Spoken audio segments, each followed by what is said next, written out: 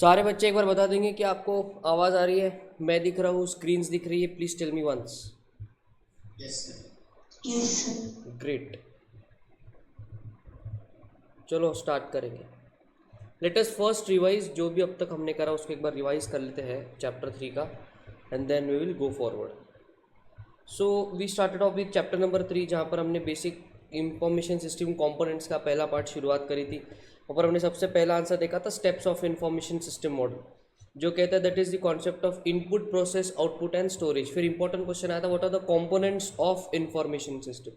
उसमें यही पॉइंट है, hardware, software, data, people and network. उसमें सबसे पहले हमने करा था the concept of network. Network ज़रूरी क्यों होता है? नेटवर्क अगर नहीं रहेगा तो कंप्यूटर आपस में कनेक्शन से बात नहीं कर पाएंगे, there won't be any communication medium. So there are basically two types of network, internal, external, connection oriented and connectionless. Connection oriented का मतलब है वायर्ड नेटवर्क, कनेक्शन लेस का मतलब है वायरलेस नेटवर्क। फिर ये कुछ इंपॉर्टेंट बात थी, बेसिक इश्यूज जो नेटवर्क सॉल्व करता है, या नेटवर्क की कुछ इंपॉर्टेंट बातें आपको यहाँ पर दिखाई देती है। Routing, bandwidth, resilience and contention. बराबर, राउटिंग का मतलब होता है डेटा को पाथ दिखाना, बैंडविड्थ का मतलब होता है the amount of data that can be carried, resiliency का मतलब होता है कि नेटवर्क अगर कहीं पर टेम्पररी ब्रेक होता है तो वो ऑटोमेटिकली खुद को ठीक भी कर सकता है। मतलब सिंपल भाषा में एक वायर अगर टूट गई तो दूसरी वायर से डेटा निकल जाएगा। कंटेंशन का मतलब है जब एक नेटवर्क में दो लोग एक ही फाइल को एक्सेस करते हैं तो एक को एडिटेबल फॉर्मेट में फाइल ओपन हो जाएगी और दूसरे को सिर्फ रीड ओनली फॉर्मेट में दिखाई देगी। Then we went on to see the concept of benefits of computer network. यहाँ पर हमने देखा 5 इंपॉर्टेंट पॉइंट है, 5 एडवांटेजेस है नेटवर्क के। Distributed nature of information, resource sharing, computational power, reliability and user communication. Right, I hope यहाँ तक की पॉइंट क्लियर था। उसके बाद we went on to see the concept of hardware. Hardware में 4 चीज़ें, input, process, output and storage. Storage का मतलब होता है बेटा मेमोरी। इनपुट मतलब वो सारी चीज़ें जहाँ से डेटा कंप्यूटर में जाता है तो इनपुट डिवाइसेस वहाँ कवर हो गए। प्रोसेसर मतलब आपका CPU, central processing unit. Basically जो सीपीयू है उसमें 3 पार्ट होते हैं, control unit, arithmetic logic unit and registers. Control जो यूनिट है बेटा उसका काम है आपके इंस्ट्रक्शंस को एग्जीक्यूट करके कंट्रोल करना। अरिथमेटिक लॉजिक यूनिट का काम है कि मैथमेटिकल कैलकुलेशंस करना, और रजिस्टर्स का काम है एड्रेसेस को स्टोर करना। तो बेसिकली रजिस्टर अंदर की मेमोरी होती है सीपीयू के अंदर की। ये देखो एग्जांपल आपको यहाँ पर दिखाई देगा, एक रजिस्टर दिख रहा है, दूसरा कैश दिख रहा है। फिर हम गए थे इनपुट, प्रोसेस, आउटपुट। आउटपुट कितने टाइप के होते हैं ये देखो नीचे यहाँ पर दिख रहा था। हमारे पास बहुत सारे टाइप के आउटपुट है, textual output, tactile output, graphic output, video audio वाले आउटपुट। बराबर, टैक्टाइल थोड़ा सा अलग पार्ट का है। हमने आपको बताया था कि जो लोग ब्लाइंड होते हैं वो बेसिकली क्या करते हैं कि चीज़ों को फील करके समझते हैं। तो ऐसा आउटपुट जो फील करके समझा जा सकता है बेटे, ऐसे आउटपुट को हम लोग क्या बोलेंगे, the concept of tactile output. तो यहाँ पर आउटपुट की कहानी खत्म होती है। फिर हम लोग गए थे मेमोरी में। So there are basically 3 types of memory. कौन कौन सी? इंटरनल मेमोरी, प्राइमरी और main memory and secondary memory. Internal मतलब सीपीयू के अंदर वाली मेमोरी। इसमें हमारे पास 2 है, एक है आपका प्रोसेस रजिस्टर्स और दूसरा है कैश। प्रोसेस रजिस्टर वोलाटाइल नहीं है, वो वहाँ पर डेटा परमानेंट के जैसे स्टोर होता है एंड वो सीपीयू के अंदर है। कैश मेमोरी क्या है? रैम और सीपीयू के स्पीड को मैच करने के लिए बीच में एक ब्रिज की तरह काम करता है, उसको बोलते हैं बेटा concept of cache memory. Volatile होती है, उसका काम है सीपीयू से डेटा लेने का, जब तक रैम फ्री नहीं होता उसको संभालने का, जिस दिन रैम भैया फ्री हो गए रैम भैया को डेटा वापस दे देने का। तो कैश मेमोरी वोलाटाइल मेमोरी। बराबर सो ये कुछ इस हिसाब से होते हैं process and register internal memory में। फिर हमारे पास थी concept of primary memory. Primary memory में 2 ही पार्ट है हमारे पास, एक है रैम, एक है रोम। दोनों के बीच का बेसिक डिफरेंस आपको यहाँ पर दिया था, कुछ पॉइंट्स मैं आपको बता देता हूँ।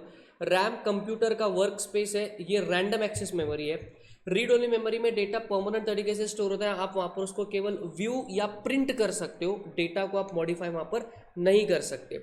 अच्छा, कॉस्ट की अगर हम बात करें तो रैम थोड़ा सा कॉस्टली होता है, रोम इतना भी कॉस्टली आपको नहीं होता है। Are you understanding? उसके बाद अगर हम इम्पैक्ट की बात करें तो वोलेटाइल मेमोरी है रैम, और ये सिस्टम के परफॉर्मेंस को डायरेक्ट इम्पैक्ट करता है। मैंने आपको बताया था रैम अगर फुल हो जाता है तो कंप्यूटर वहाँ पर हैंग हो जाएगा, ऐसा कोई केस आपका रोम के साथ यहाँ पर नहीं है। स्पीड, रैम की स्पीड रीड ओनली मेमोरी से ज़्यादा है। तो these are some of the important differences between RAM and ROM. फिर हम लोग गए थे to the concept of secondary memory. Sir secondary memory क्या होता है? बेसिकली सेकेंडरी मेमोरी वो सारी memory which is other than internal and primary, मतलब आपका external hard disk, pen drive, internal hard disk, cloud storage, वो सारी चीज़ें, फ्लॉपी डिस्क वगैरह सब कुछ। पहले ज़माना था बेटा जब फ्लॉपी डिस्क चलती थी, और फिर डिस्क ड्राइव भी आने लगी, गोल आपने देखी रहेगी, सीडीज जिसको हम बोलते हैं, कॉम्पैक्ट डिस्क। वो भी एक दौर था, ये भी एक दौर है, बराबर। तो वो सब के सब क्या होगा बेटा? Secondary memory. अब प्राइमरी एंड सेकेंडरी मेमोरी में कुछ बेसिक से एग्जाम्पल यहाँ पर। डेटा की अगर हम बात करें तो जो रैंडम एक्सेस मेमोरी है, ये रैंडम एक्सेस मेमोरी से सबसे पहले सीपीयू हमेशा बात करेगा। ये आपके सेकेंडरी मेमोरी से सीपीयू कभी भी बात नहीं करेगा। साइज़ की अगर हम बात करें तो प्राइमरी मेमोरी हमेशा छोटी होती है, सेकेंडरी मेमोरी हमेशा बड़ी होती है। रैम 4 GB का होता है, इंटरनल स्टोरेज 64 GB का होता है। सो दोनों के यहाँ पर साइज़ में फ़र्क है। एक्सपेंस, रैम महंगा है, सेकेंडरी स्टोरेज अपने आपका सस्ता है। मेमोरी की बात करेंगे तो रैम एक इंटरनल मेमोरी है, और आपका वो जो secondary memory it's a type of an external memory, right. So these are some of the important points. Volatility की बात करें तो जो रैम है, या फिर आप कह लो कि जो मेन मेमोरी है वो वोलेटाइल है, इट में बी वोलेटाइल, लेकिन जो सेकेंडरी मेमोरी है वो परमानेंट की तरह होती है, उसमें नॉर्मली चेंज नहीं होता, जब तक आप चेंज नहीं करोगे उसमें चेंज नहीं होता। तो these are some of the differences between the secondary and the main memory.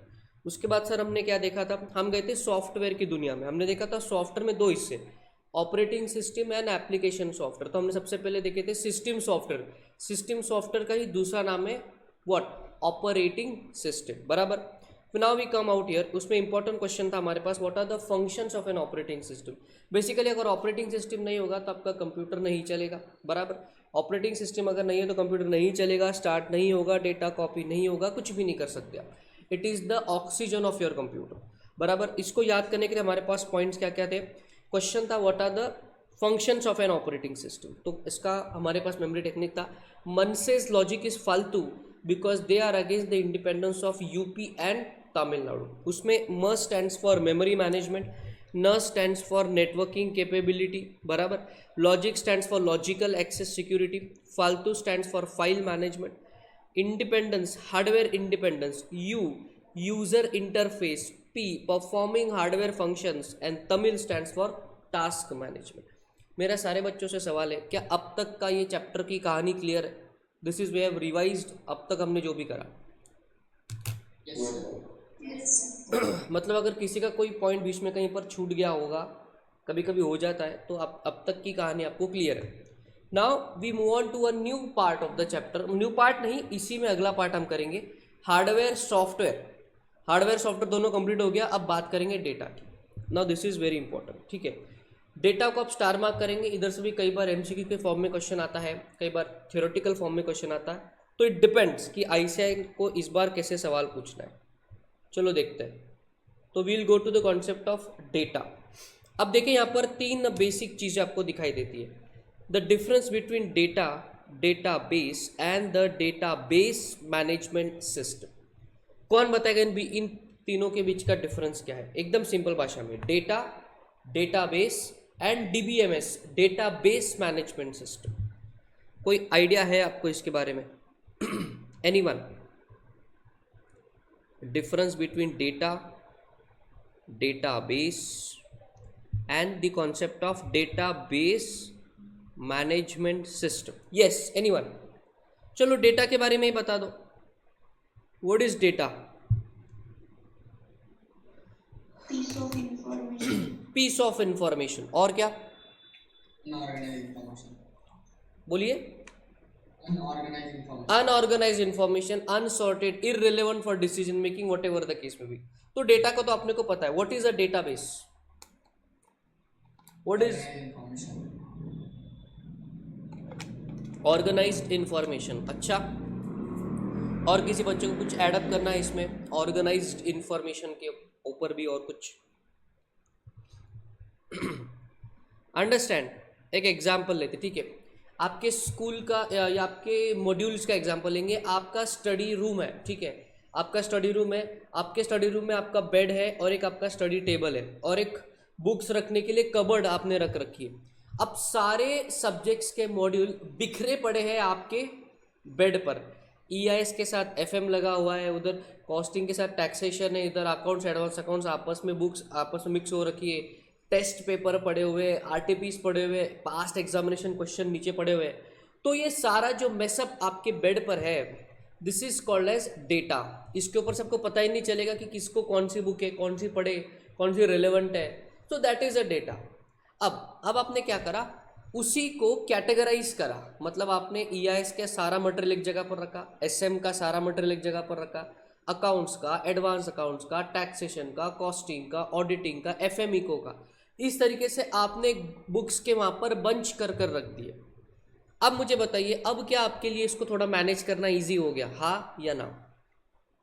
Yes. So now that becomes your database. Organised हो गया, फॉर्मेटेड हो गया, डिसीजन मेकिंग के लिए इजी हो गया। सो बेसिकली ऑर्गेनाइज्ड इंफॉर्मेशन, तो वो बन गया आपका database. Now what is DBMS? Database तो बना लिया, उसको मैनेज करने के लिए सिस्टम है क्या आपके पास? यस। तो आपके पास एक कबर्ड है, वो कबर्ड में आपने अलग अलग शेल्फ लगा रखे, यहाँ पर देखना, ये आपका कबर्ड है, इस कबर्ड में आपने शेल्फ लगाया भैया, ऊपर अकाउंट्स रखेंगे, सामने एडवांस अकाउंट्स रखेंगे, फिर कॉस्टिंग रहेगा, कॉस्टिंग के सामने टैक्सेशन रहेगा, एडवांस अकाउंट्स रहेगा, ईआईएस रहेगा, नीचे एसएम रहेगा, फिर इधर एफएम रहेगा, उधर नीचे इको रहेगा। अब आपने क्या करा, शेल्फ बना दिए और उस पर कैटेगरी वाइज बुक्स को रख दिया। तो बेसिकली ये जो आपका कबर्ड है ना, ये जो अलमीरा है आपका, this is your database management system. So basically what is a DBMS? It is a system, it is a software which helps to manage the database, which helps to manage the database. कई बार क्या होता है कि database को आपको share करना है, एक से ज़्यादा लोग एक डेटाबेस को यूज़ करते हैं। जैसे अगर आप गूगल की तरह की कंपनी हो जिसका इतना बड़ा डेटाबेस है, पूरी दुनिया से लोग उसके डेटाबेस को यूज़ कर रहे हैं, बराबर, तो यू नीड अ सिस्टम ताकि वो सही तरीके से मैनेज हो सके। अगर आप एक कंपनी है टीसीएस की तरह जिसके पूरे इंडिया में एम्प्लॉयज़ है, ऐसा नहीं कि सिर्फ हेड ऑफिस में काम कर रहे हैं, बहुत सारे लोग वर्क फ्रॉम होम भी काम कर रहे हैं, तो अपने घर से वो कंप्यूटर के डेटाबेस को एक्सेस कर रहे हैं ना, मतलब कंपनी के डेटाबेस को एक्सेस कर, नॉट कंप्यूटर, कंपनी के डेटाबेस को एक्सेस कर रहे हैं। तो मैनेज करने के लिए सिस्टम होना चाहिए आपके पास, एक सॉफ्टवेयर होना चाहिए, प्लेटफॉर्म होना चाहिए। उस चीज़ को हम कहते हैं the concept of database management system. Sir, दुनिया की कौन सी ऐसी कंपनी है जो सबसे बढ़िया डेटाबेस मैनेजमेंट सिस्टम बनाती है? क्या उस कंपनी के बारे में कोई जानकारी है आपको? कौन बता सकता है? दुनिया की कौन सी ऐसी कंपनी जो सबसे बेहतरीन डेटाबेस मैनेजमेंट सिस्टम बनाती है? Infosys? नहीं बेटा, दुनिया की बोला, इंडिया की नहीं। Have you heard about a company called as Oracle?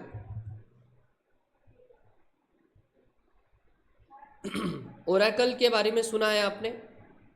नाम सुना है सर। नाम सुना है। So basically this is that company which makes the world's best database management system. तो सर, अगर आप एक आईटी कंपनी है या आप कोई भी टाइप का कंपनी है, अगर आपको एक डेटाबेस, रेडीमेड डेटाबेस चाहिए जैसे होते हैं ना दो तरह के कपड़े, एक हम सिलवा कर ले सकते हैं, दूसरा हम रेडीमेड भी ले सकते हैं, तो ज़्यादा बेहतर हमको कहाँ मिलेगा, फास्ट कहाँ मिलेगा, रेडीमेड में। तो ओरेकल क्या करता है, ये इसने इसकी एक्सपर्टीज़ है डेटाबेस बनाने में, डेटाबेस मैनेजमेंट सिस्टम बनाने में। तो आपको अगर डेटाबेस मैनेजमेंट सिस्टम चाहिए तो ओरेकल आपको रेंट पे भी दे सकता है। दुनिया की सबसे बड़ी कंपनी है ना डेटाबेस मैनेजमेंट सिस्टम में। तो याद रखना, कंप्यूटर की दुनिया में क्या होता है, आपको बेस्ट लीडर को ध्यान रखना है, बिकॉज फिर उसकी वेबसाइट पर आप जा सकते हैं, थोड़ी सी रिसर्च कर सकते हैं, एग्जाम्पल के तौर पर आपको ध्यान रखना है that Oracle makes world's best database management system. मेरा सारे बच्चों से सवाल है, क्या डेटाबेस एंड डीबीएमएस, इन तीनों का डिफरेंस समझ में आ रहा है? All the students are understanding it? आज जनता कुछ कम है, देख लेता हूँ कौन कौन है। आकांक्षा, अंकित, अनुराग, Divya, Harshal, Harshvardhan, Rutuja, Ishan, Ishwari, Kanchan, Khushi, Mayur, Nikhil, Palak, Pinal, Poonam, Pranav, Sahil, then we have Sanika, Sania, Sanskriti, then we have Srishti and Vaishnavi. बहुत बढ़िया, चलिए देखते हैं। Database and database management system. अब थोड़ा और डीप में जाएंगे, अब हम बात करेंगे द कॉन्सेप्ट ऑफ डेटा की कुछ और डीप में जाके बात करेंगे। हायरार्की ऑफ डेटाबेस, इसको आप स्टार मार्क करेंगे, एमसीक्यू के एंगल से बड़ा इंपॉर्टेंट है। There has been no theoretical question in the past 5 years on this part. पिछले 5 साल मतलब लगभग 10 अटेम्प्ट्स से इस पर थियोरेटिकल क्वेश्चन तो नहीं आया है, ये एमसीक्यू पूछे जा रहे हैं इस पर। अब ये है क्या, इसको समझना, पहले हम इंग्लिश को ब्रेक डाउन करेंगे। जैसे देखिए, हम ये सब जानते हैं, अल्फ़ाबेट पढ़ा है क्या आपने? इंग्लिश के अल्फ़ाबेट्स पढ़े हैं ना, ABCD। अरे क्या बात कर रहे हैं सर, इंटरमीडिएट पे आ गए और ऐसे सवाल आप हमसे कर रहे हैं। बेटा वो करना पड़ेगा, बिकॉज उसी पे अगला कॉन्सेप्ट बेस्ड, ध्यान देना। अल्फ़ाबेट देखिए, अगर मैं यहाँ पर लिखूँ अल्फ़ाबेट को अगर मैं एक साथ जोड़ दूँ तो इसी अल्फ़ाबेट से क्या एक वर्ड बनता है? हाँ या ना? मेरे को हाँ या ना में जवाब देंगे आप। अल्फ़ाबेट को जोड़ने से वर्ड बनता है, वेरी गुड। वर्ड्स को जोड़ने से क्या सेंटेंस बनता है? यस। क्या सेंटेंसेस को जोड़ने से पैराग्राफ बनता है? Very good. और पैराग्राफ को जोड़ने से क्या आपका पूरा डॉक्यूमेंट बनता है? डॉक्यूमेंट कह लो, पेज कह लो, वट एवर द केस में, बराबर। तो मतलब हर डॉक्यूमेंट की शुरुआत का starting point is alphabet. Do you agree with this? हर डॉक्यूमेंट जो कुछ भी है उसका स्टार्टिंग पॉइंट एक अल्फाबेट ही है, और इसी तरीके से जो है वो चीज़ें बिल्डअप होती है।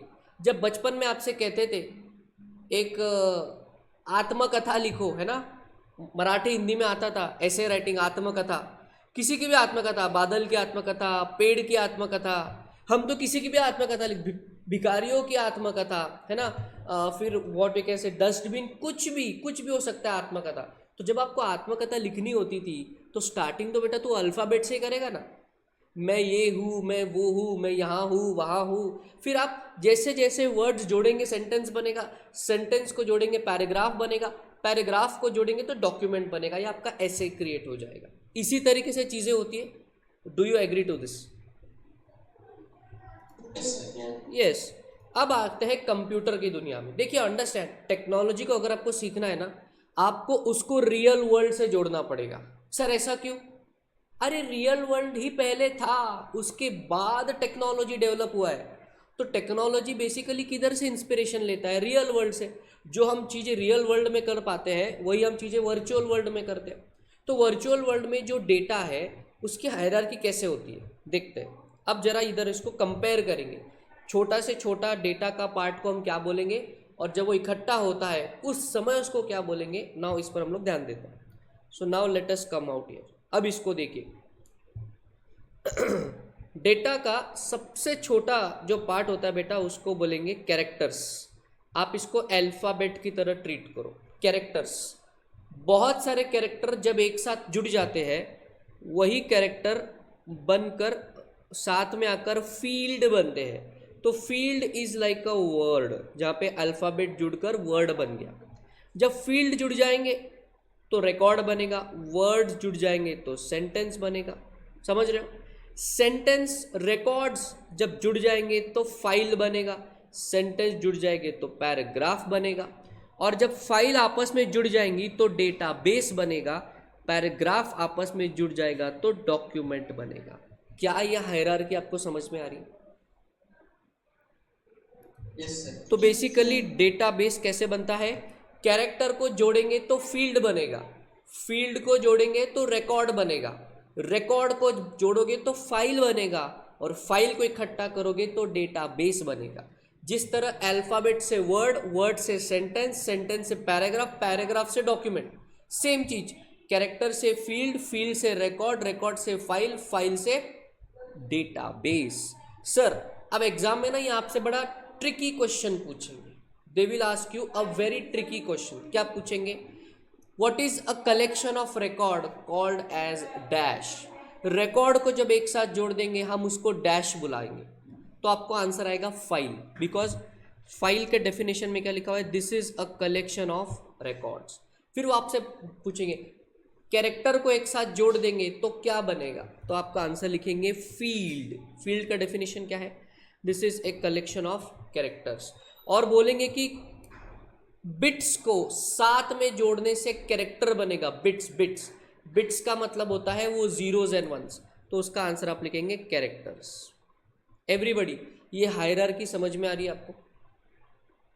Yes, sir. तो इसको आप एमसीक्यू के लिए याद रखेंगे कि डेटाबेस कैसे बनता है भैया, कैरेक्टर आएगा, फील्ड आएगा, रिकॉर्ड आएगा, फाइल बनेगा, उसके बाद सब उसको आपको एक साथ जोड़ देंगे तो हमारा डेटाबेस बन जाएगा। अब वो डेटाबेस छोटा हो सकता है, बड़ा हो सकता है, मीडियम भी हो सकता है, व्हाटएवर द केस में भी हायरार्की इसी तरह मेंटेन रहेगी, बराबर। सो that is the concept of database. अब डेटाबेस के इस कॉन्सेप्ट में हमें और 3 इंपॉर्टेंट आंसर करने हैं। एक पार्ट हम करेंगे what are the database models, उसके बाद हम करेंगे what are the advantages of database, और उसके बाद हम करेंगे what are the disadvantages of database. तो चलो let us go to the concept of what are the various types of database model.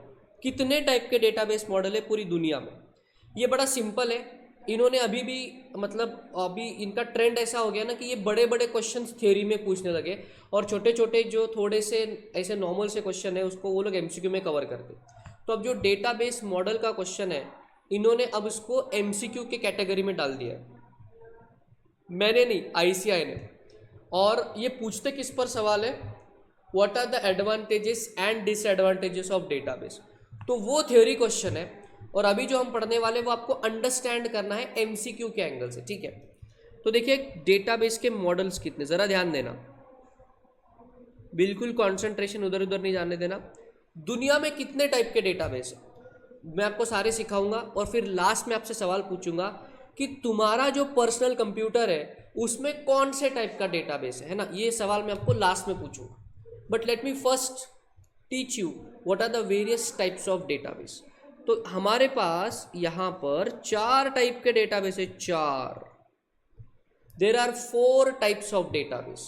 अच्छा सर क्या क्या नाम है इनके, नाम थोड़े से टिपिकल है और तो उसका एक्सप्लेनेशन भी थोड़ा सा टेक्निकल है, तो हौसला आपको बनाए रखना है, थोड़ा ध्यान देना। पहला डेटाबेस मॉडल है बेटा हायरार्किकल डेटाबेस मॉडल। क्या बोलते हैं उसको, हायरार्किकल। हायरार्की वर्ड सुना रहेगा आपने, उसके नाम से डेटाबेस है हायरार्किकल डेटाबेस, ठीक है। उसके बाद कौन है सर, उसके बाद हमारे पास आएगा नेटवर्क डेटाबेस मॉडल। उसके बाद क्या आएगा सर, उसके बाद थोड़ा सा अलग है रिलेशनल डेटाबेस। ओ रिलेशनल डेटाबेस, मुझे बताइए क्या आप और हम सब रिलेशनशिप के बारे में जानते हैं? क्या आप Yes. और हम सब रिलेशनशिप के बारे में जानते हैं, जानते कि नहीं जानते? Yes, sir. अच्छा जानते तो सभी है, इधर बताने वाला कोई नहीं है कि नहीं? एक बच्चा हिम्मत करके यस सर बोल रहा है, व्हाट अबाउट अदर्स? सबके मोबाइल के व्हाट्सएप में इधर अगर बैकअप मंगवा लूँ या आपका मोबाइल यहाँ पर मैं हैक कर लूँ तो सारा कच्चा चिट्ठा बाहर आ जाएगा। चलिए कोई बात नहीं, that is not a part of our discussion. So relation के बारे में हम सब जानते हैं, तो उसको बोलेंगे रिलेशनल डेटाबेस। और लास्ट में थोड़ा सा अजीब सा नेम है, इसको बोलेंगे बेटे ऑब्जेक्ट ओरिएंटेड डेटाबेस। क्या बोलेंगे इसको, ऑब्जेक्ट ओरिएंटेड। जैसा मेरा नीड है वैसे डेटाबेस बना लूँगा मैं, ऑब्जेक्ट ओरिएंटेड डेटाबेस। तो ये 4 टाइप के नाम है, कितने खतरनाक नाम है। सो सर दुनिया में आपका क्या कहना है, मतलब दुनिया में ये 4 ही टाइप के डेटाबेस है, कोई 5वां अभी तक इन्वेंशन नहीं हुआ? नहीं, अभी तक तो पूरी दुनिया में कोई भी कंप्यूटर ले लो आप, इन चारों में से कोई एक ही टाइप का डेटाबेस होगा, हम उसको बोलेंगे हायरार्किकल या नेटवर्क या रिलेशनल या ऑब्जेक्ट ओरिएंटेड, राइट। सो नाम याद करना है आपको, hierarchical, network, relational and object oriented. अब चलेंगे सबसे पहले टाइप के database, the concept of hierarchical database. मेरा सारे बच्चों से सवाल है, what is the meaning of the term hierarchy? Hierarchy का क्या मीनिंग है?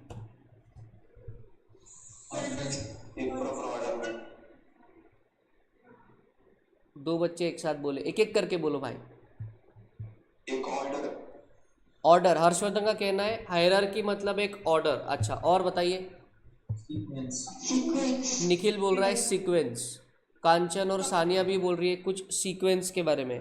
इज इट कुछ और कुछ बताना चाहता है बच्चा कोई?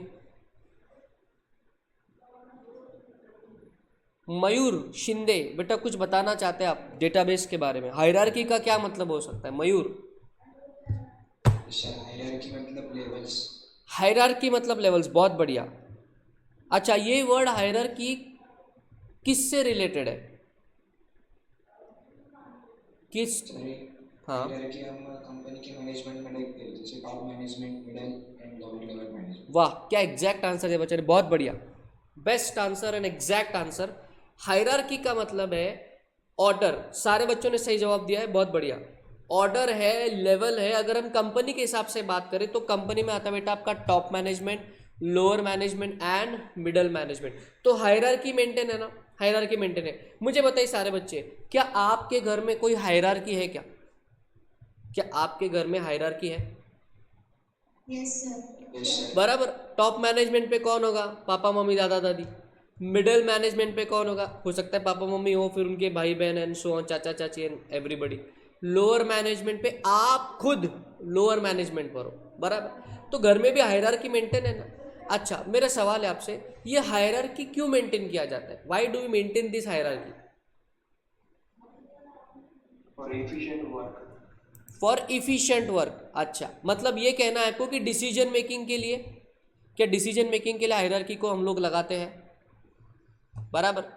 अगर आपके घर में हायरार्की नहीं है तो फिर सारे डिसीजन आप भी ले सकते हैं कि घर में खर्चा कितना होगा, हम पिकनिक पर कब जाएंगे, हम मूवी के लिए कब जाएंगे, हमारा मंथली एक्सपेंडिचर का बजट कितना है। अगर हायरार्की नहीं होता तो ये डिसीजन आप भी ले सकते थे, लेकिन ये डिसीजन आप लेते हो या आपके ऊपर के मैनेजमेंट के लोग लेते, क्या लगता है आपको? ऊपर के आप कहाँ पर क्लासेस के लिए जाओगे, आप कैसे जाओगे, आप क्या खाओगे, कैसे रहोगे, ये आप डिसाइड तो करते हो, लेकिन आप तो डिसाइड करते हो क्या, लेकिन ये कंट्रोल ऊपर के लोग करते हैं क्या? Is it? बराबर। तो इसी तरीके से बनता है हायरार्किकल डेटाबेस, एक ऐसा डेटाबेस कि जिसमें हमने डेटा के लेयर्स लगा रखे। जरा इसका डायग्राम मैं आपको दिखाता हूँ। पहले तो मैं कंपनी का डायग्राम ड्रॉ करूंगा। ये कंपनी का बॉस है, इस बॉस के नीचे कुछ मैनेजर्स है, ठीक है, ध्यान देना। अब इन मैनेजर्स के नीचे भी कुछ लोग काम करते हैं, बराबर। इन मैनेजर्स के नीचे भी कुछ लोग बेटा यहाँ पर काम कर रहे हैं, वेरी गुड। इनके भी नीचे बहुत सारे लोग काम करते हैं, लेकिन ये डिपार्टमेंट वाइज लोग कनेक्टेड है। सेम डायग्राम सब तरफ फॉलो होगा, बराबर। इधर भी इस तरीके से डायग्राम फॉलो होगा। क्या इसी तरीके से कंपनी में हायरार्की होती है? Do you agree to this diagram? बराबर, राइट। तो अब जरा ध्यान देना, हायरार्की का मतलब है लेयर्स ऑफ मैनेजमेंट। उसी तरीके से हायरार्किकल डेटाबेस को हम सेम फॉर्मेट में डेटा को स्टोर करेंगे। It is a tree like structure, it is a tree like structure. Kanchan का जवाब आया था division of work and proper execution. Yes, your answer is absolutely correct. अब देखिए इस डेटाबेस में क्या होता है, जो हमारा सबसे इंपॉर्टेंट डेटा है ना, सबसे सिक्योरिटी जिस डेटा को हमको चाहिए, हम उसको ऊपर रखेंगे। Will keep the top secret data on the upper side. एक कंपनी के बारे में अगर हम बात करें तो कंपनी के फाइनेंशियल्स, उसका कॉस्ट शीट, हो सकता है उसके प्रोडक्ट के रिलेटेड कुछ खास रेसिपी, कुछ सीक्रेट फॉर्मूला, इस डेटाबेस को हम सबसे ऊपर रखेंगे। फिर मतलब वो सबसे सिक्योर्ड है। उसके बाद की लेयर आएगी उन डेटाबेस की जो थोड़े कम इंपॉर्टेंट है, एंड उसके बाद एंड सो ऑन। अब इस हायरार्किकल डेटाबेस की खूबी ये है कि अगर आपको ये सबसे इंपॉर्टेंट डेटा को एक्सेस करना है तो आपको सबसे पहले इस डेटाबेस का पासवर्ड लगाना पड़ेगा। ये लेयर का पासवर्ड तोड़ोगे तो आगे जाओगे, फिर अगले लेयर का पासवर्ड तोड़ोगे तो और आगे जाओगे, और फिर अगले लेयर का और पासवर्ड तोड़ोगे तो ऊपर चले जाओगे। मतलब सिक्योरिटी बहुत हाई लेवल पर है। 4 पासवर्ड तोड़ने के बाद हम यहाँ पर हमारे सीक्रेट डेटाबेस तक जा सकते हैं, मतलब सीक्रेट डेटा तक हम एक्सेस कर सकते हैं। ठीक है, अब कुछ और इम्पॉर्टेंट टेक्निकल पॉइंट्स यहाँ पर, जैसे आप देख पा रहे हो ये डेटा है और उस डेटा से ये नीचे दो डेटा यहाँ पर निकले हुए हैं, तो हम इसको बोलेंगे ये है parent node, will call it this is a parent node, और ये है आपका चाइल्ड नोड, ये है आपका बेटे चाइल्ड नोड। मुझे बताइए पेरेंट्स से चिल्ड्रन है या चिल्ड्रन से पेरेंट्स है, what is the case? Parents से चिल्ड्रन। पक्का 100% श्योर है आप? कोई डाउट तो नहीं है किसी के मन में? नहीं ना? हाँ, कुछ बच्चे शक करके बैठे पेरेंट से चिल्ड्रन है कि चिल्ड्रन से पेरेंट है, ये तो हमने सोचा ही नहीं। अरे भैया तुम्हारे पापा मम्मी से तुम हो, तुम से वो नहीं है, इस बात का ध्यान रखना। तो यहाँ पर जो रिलेशन है या फिर आप कह लो जो डायरेक्शन है वो यूनिडायरेक्शनल है, वो यूनिडायरेक्शनल है। मतलब अगर चाइल्ड नोड को एक्सेस करना है तो पेरेंट नोड से पूछना पड़ेगा। Are you understanding? It may be the उल्टा केस ऑल्सो, आप उसकी उल्टी सेटिंग भी कर सकते हो, बराबर। कंप्यूटर की दुनिया में पेरेंट चाइल्ड, चाइल्ड पेरेंट उल्टा सीधा हो सकता है, नॉर्मल वर्ल्ड में नहीं कर सकते आप। या कह लो अगर आपको पेरेंट तक पहुंचना है तो चाइल्ड का पासवर्ड ब्रेक करना पड़ेगा। उल्टा सोचो, चाइल्ड का पासवर्ड चाहिए, चाइल्ड को एक्सेस करना है तो पेरेंट से पूछना पड़ेगा, वट एवर द केस में भी। मतलब जब तक आपको अगले लेवल पर या निचले लेवल पर जाना है तो उस लेवल पर, जिस लेवल पर आप हो उधर का आईडी पासवर्ड आपके पास चाहिए। और इस तरीके से जब हम डेटाबेस को अरेंज करते हैं, डेटा को अरेंज करते हैं सिक्योरिटी लेवल के हिसाब से, उसको हम बोलते हैं the concept of hierarchical database. Everybody are you understanding this? देखो बेसिकली ये जो चारों के चारों मॉडल है ना, ये डेटा को अरेंज करने का तरीका है, बराबर। ये जो तरीका है जो ट्री स्ट्रक्चर में है, लेयर्स है, पेरेंट चाइल्ड है, चाइल्ड से बात करनी पेरेंट से पूछो या पेरेंट से बात करनी चाइल्ड से पूछो, एक लेयर के ऊपर दूसरा लेयर, और सिक्योरिटी के हिसाब से जो सबसे इंपॉर्टेंट डेटा है उसको ऊपर रखेंगे या सबसे नीचे रखेंगे, वॉट एवर द केस में। सिक्योरिटी को हमको ज़्यादा मेंटेन करना है, डेटा का लीक होना हम यहाँ पर अफोर्ड नहीं कर सकते। इस तरीके का जो डेटा का अरेंजमेंट है उसको कहते हैं hierarchical database, we call it hierarchical database. अच्छा सर, अगर हमारी सीक्वेंस फिक्स है कि हमें या तो ऊपर से नीचे जाना है या नीचे से ऊपर जाना है, बराबर, तो क्या हम बीच में से किसी लेयर को एक्सेस कर सकते हैं क्या? एग्जाम्पल, हमें इस लेयर के डेटा को एक्सेस करना है और हमारा एक्सेस का डायरेक्शन नीचे से ऊपर है, ये ऊपर से नीचे भी हो सकता है, वॉट एवर द केस में भी, नीचे से ऊपर का हमारा डायरेक्शन है और हमें इस लेवल पर डेटा को एक्सेस करना है, तो क्या हम डायरेक्टली जाकर एक्सेस कर सकते हैं क्या? Answer is no. आपको सबसे पहले इस लेवल पर जाना होगा, पासवर्ड को डालो, फिर अगला लेवल ओपन अप होगा गेम की तरह, इस लेवल को पार करके पासवर्ड डालो तो इस डेटा को एक्सेस करोगे। रैंडमली आप कोई भी लेवल को जाकर एक्सेस नहीं कर सकते, you have to follow all the sequence. Sir इस तरीके का डेटाबेस कहाँ पर इस्तेमाल होता है? बेटे डिफेंस सिस्टम, इंटेलिजेंस, ये वाली जो ऑर्गेनाइजेशन है, सीबीआई, इनकम टैक्स डिपार्टमेंट, जो गवर्नमेंटल ऑर्गेनाइजेशन है जहाँ पर डेटा का टॉप सीक्रेट रहना हद ज़्यादा इंपॉर्टेंट है, उधर हायरार्किकल डेटाबेस का यूज़ किया जाता है। एवरीबॉडी हायरार्किकल डेटाबेस माइंड में क्लियर हो रहा है, उसका यूज़ भी क्लियर हो रहा है, बराबर। Now we go to the second type of data. अब देखो जो भी मैं बता रहा हूँ ना वो सब कुछ यहाँ पर लिखा हुआ है, लेकिन एग्जाम में क्या होता है ना, एमसीक्यू आता है, एमसीक्यू तो, लेकिन अगर आपको जब तक अंडरस्टैंडिंग नहीं होगी कॉन्सेप्ट की, एमसीक्यू करते नहीं आता है। एमसीक्यू इज अ मेक और ब्रेक ऑफ योर एग्जाम्शन। आपका पेपर में आपको एग्जाम्शन चाहिए तो एमसीक्यू बहुत स्ट्रांग चाहिए, और उसके लिए एकदम क्रिस्टल क्लियर कॉन्सेप्चुअल क्लैरिटी चाहिए। कॉन्सेप्ट अगर नहीं समझेगा तेरे को, तू सिर्फ रीड करके मगअप करेगा तो फिर भैया तेरी नैया पार नहीं होगी। ठीक है, आगे नेटवर्क की बात करेंगे, नेटवर्क डेटाबेस। सर ये नेटवर्क डेटाबेस क्या है? चलो इसी डायग्राम को मैं थोड़ा सा अलग फॉर्मेट में करता हूँ। हाँ, इस डायग्राम को ना मैं यहाँ पर रब कर देता हूँ थोड़ा सा, या तो चलो रब नहीं करता हूँ, कुछ उल्टा कर देता हूँ। Diagram is same, the diagram is same है, सेम डायग्राम है सर। हाँ भैया सेम डायग्राम, इसको कॉपी करता हूँ और इधर जाकर पेस्ट करता हूँ, बराबर। कॉपी करके पेस्ट करता हूँ, लेकिन अब मैं इसको ना घुमाने की कोशिश करता हूँ, जो घूमेगा कि नहीं घूमेगा पता नहीं मेरे को। रोटेट, ऐसे, फिर से रोटेट, ऐसे, बराबर। Now this becomes a network database. It is an inverted tree structure. Hierarchical में क्या था, प्रॉपर ट्री स्ट्रक्चर था। नेटवर्क में it is an inverted tree structures. मैंने कुछ नहीं करा, सिर्फ डायग्राम को उल्टा कर दिया। मैंने क्या करा, सिर्फ ट्री को यहाँ पर उल्टा कर दिया। अब वो इंपॉर्टेंट वाला डेटाबेस नीचे आ गया है और अनइम्पॉर्टेंट वाला डेटा ऊपर के लेयर पर आ गया है, बराबर। सर नेटवर्क डेटाबेस में वो सारी खूबियां है जो एक हायरार्किकल डेटाबेस में है।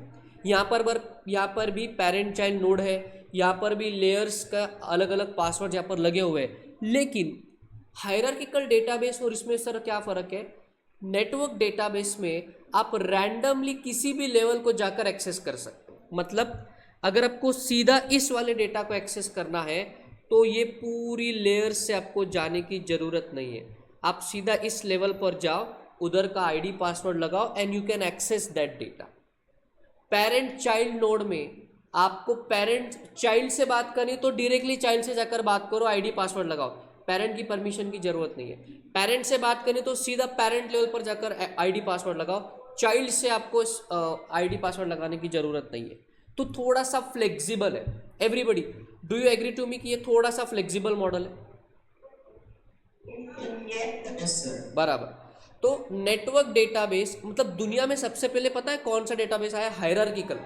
उसके बाद उसमें मॉडिफिकेशंस कर कर नेटवर्क डेटाबेस मॉडल दिया गया।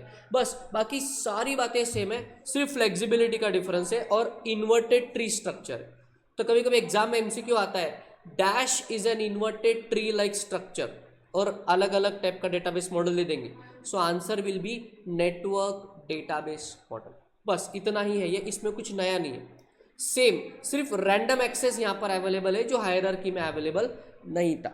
सर इससे हमें ये भी समझ में आता है कि हायरार्किकल डेटाबेस जो है उधर डेटा को एक्सेस करने की स्पीड थोड़ी सी स्लो होती है। क्यों? हर लेयर के पासवर्ड आईडी उनको डालना है। नेटवर्क डेटाबेस में जिधर चाहिए मैं उधर जाके बात करूंगा तो डेटा को एक्सेस करने की स्पीड नेटवर्क डेटाबेस में थोड़ी सी ज़्यादा होती है। एवरीबडी, क्या दोनों का डिफरेंस, सिमिलैरिटीज समझ में आ रही है आपको? बहुत बढ़िया। Now we go to the third type of database. उसको हम बोलेंगे the concept of relational database, है ना। उसको बोलेंगे the concept of relational database. अच्छा सर, ये डेटाबेस कहाँ पर यूज किया जाता है? ये डेटाबेस भी गवर्नमेंटल ऑर्गेनाइजेशंस में यूज किया जाता है, लेकिन जहाँ पर जनता को ना सर्विस देनी है, जैसे आधार एनेबल्ड सिस्टम्स होती है ना, आधार का database is a network database. उधर सिक्योरिटी तो चाहिए लेकिन हमको फ्लेक्सिबिलिटी भी चाहिए। इमेजिन करो, फिर अभी आपने वो गवर्नमेंट की स्कीम का नाम सुना है कि Ayushman Bharat? Have you heard about that scheme, Ayushman Bharat, जो कि मेडिकल असिस्टेंस प्रोवाइड करती गवर्नमेंट इंडियन सिटीजन्स को। तो वो भी, उसका सिक्योरिटी ज़रूरी है लेकिन उधर फ्लेक्सिबिलिटी चाहिए हमको, तो उधर भी क्या यूज़ हो रहा है? Network database model. Voter ID, जो सभी लोग वोट डालते हैं, उनका भी एक डेटाबेस मेंटेन किया जाता है, तो वो भी डेटाबेस कैसा है? Network database. इधर भी सिक्योरिटी बहुत तगड़ी मिलेगी आपको, लेकिन थोड़ा सा फ्लेक्सिबिलिटी मिलेगी as compare to hierarchical database. So that was the concept of a network database. अब बात करेंगे किसकी? Relational database. अच्छा, मेरा सारे बच्चों से सवाल है, what is the meaning of the term relation? Relation का क्या मीनिंग है? आप मुझसे बेहतर जानते हैं। हाँ बोलो रे बोलो, what is the meaning of the term relation? नहीं पता आपको रिलेशन का मतलब क्या है? समन्स। इसका मतलब मैं नहीं समझ पा रहा हूं। अच्छा, संबंध बोल रहे हैं, संबंध। अच्छा, कनेक्शन बोलो ना फिर, थोड़ा सा वोकैबुलरी इंक्रीज करो। कनेक्शन मतलब रिलेशन होता है क्या? Is it? Can we say that when somebody is connected to somebody, is it a relationship? Yes, it is the relationship. तो डेटाबेस भी इस तरीके का होता है. जब एक डेटा दूसरे से रिलेटेड है, अगर एक को बदलोगे तो दूसरा बदल जाएगा. एक खाना नहीं खाएगा तो दूसरे का पेट दुखेगा. आपने वो डायलॉग सुना रहेगा ना, मेरे बाबू ने खाना खाया क्या, सुना रहेगा आपने. वो नहीं खाएगा तो वो भी नहीं खाना खाएगा, वो नहीं खाएगी तो वो भी नहीं खाएगा. रिलेशन, इधर कुछ होगा तो उधर भी कुछ होगा. रिलेशनल कनेक्शन है भाई, कनेक्शन है. तो डेटाबेस भी इस तरीके का होता है. जब एक डेटा दूसरे किसी डेटा से रिलेटेड है, एक में चेंज करोगे तो दूसरे पे इफेक्ट होगा, इधर चेंज करो तो इधर इफेक्ट होगा.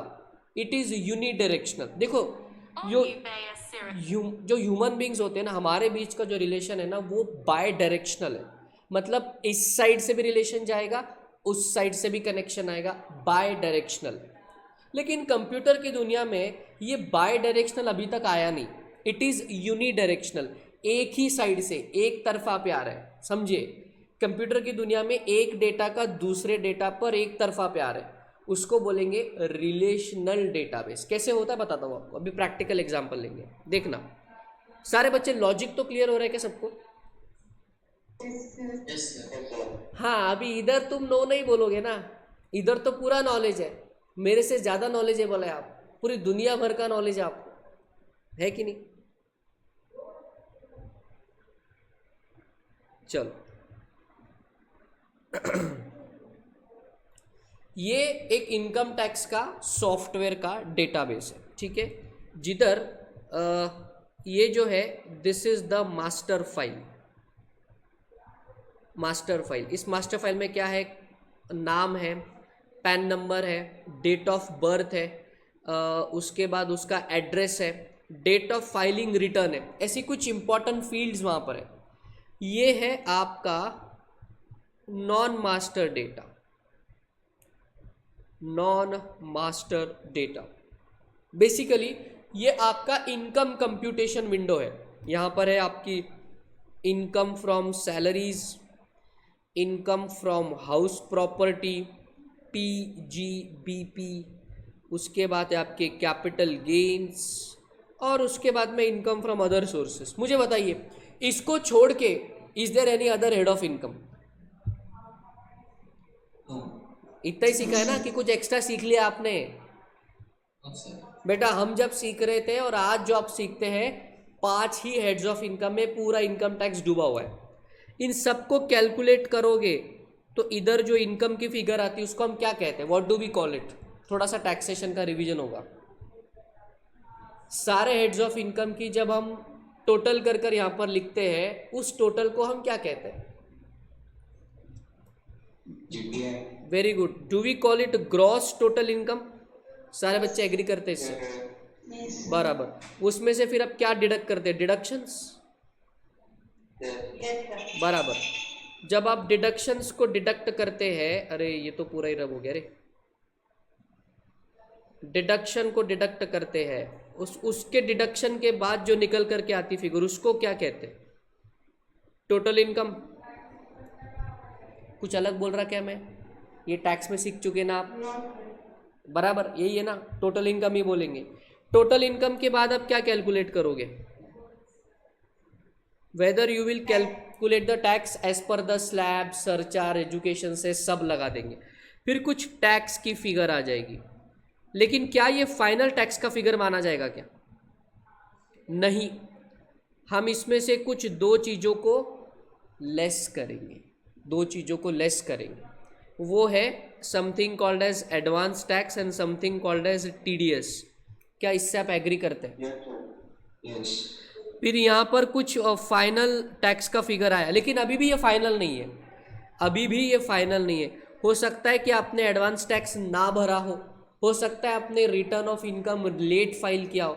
क्या आपको यहाँ पे इंटरेस्ट अंडर सेक्शन 234 ABC का इंटरेस्ट लग जाएगा क्या? Yes.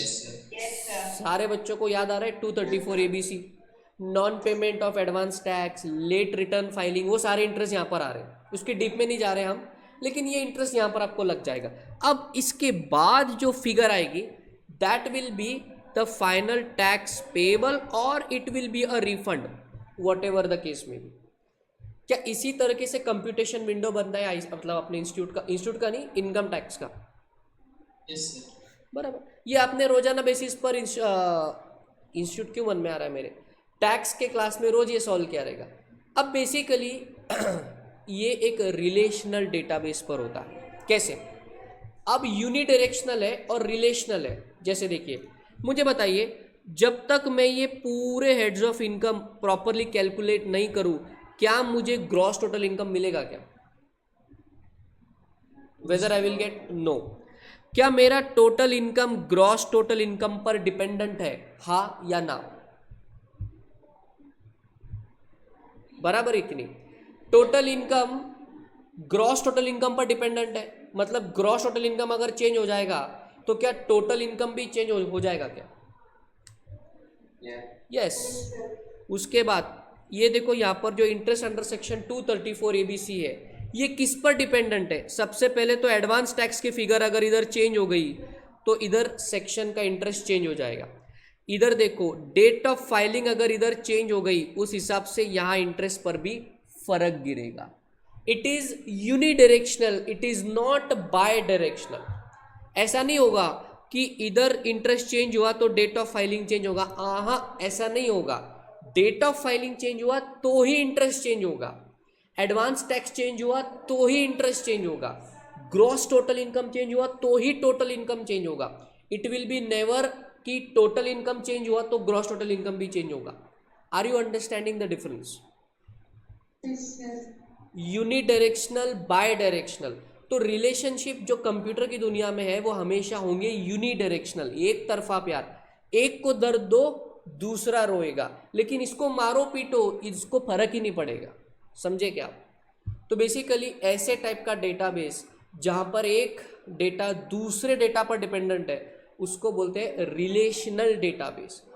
इसको डिज़ाइन ऐसा किया जाता है कि एक में चेंज करो दूसरे में चेंज हो जाएगा। सर तो ये कहाँ पर यूज़ होता है? इनकम टैक्स के वेबसाइट्स, सॉरी नॉट वेबसाइट, उधर तो आपका हायरार्की वाला है। इनकम टैक्स के सॉफ्टवेयर, जीएसटी के सॉफ्टवेयर, ईआरपी, आपका जो ईआरपी है, उधर भी जो डेटाबेस है बेटा, that is a relational database.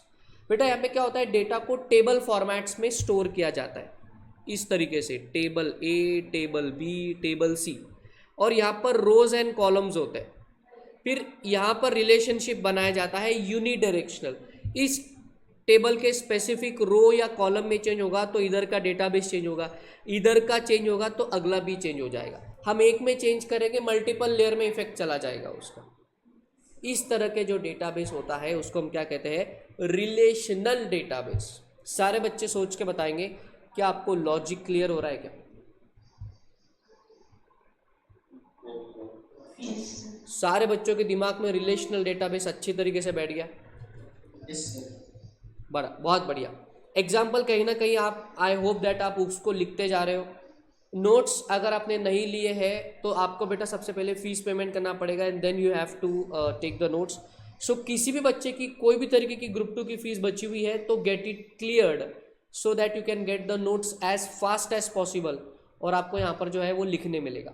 और स्टिकी नोट्स आप कैरी नहीं कर रहे होंगे, वी आर ऑलमोस्ट, हमने 3 चैप्टर खत्म करे हैं, 2 EIS के, एक SM का, एंड स्टिल अगर आपने अभी तक स्टिकी नोट्स की आदत नहीं लगाई है तो आपको बहुत खतरनाक श्राप लगेगा, काला श्राप लगेगा आपको। Get it done, take the initiative. क्या लगता है बस बाजार में जाके लाना है बेटे?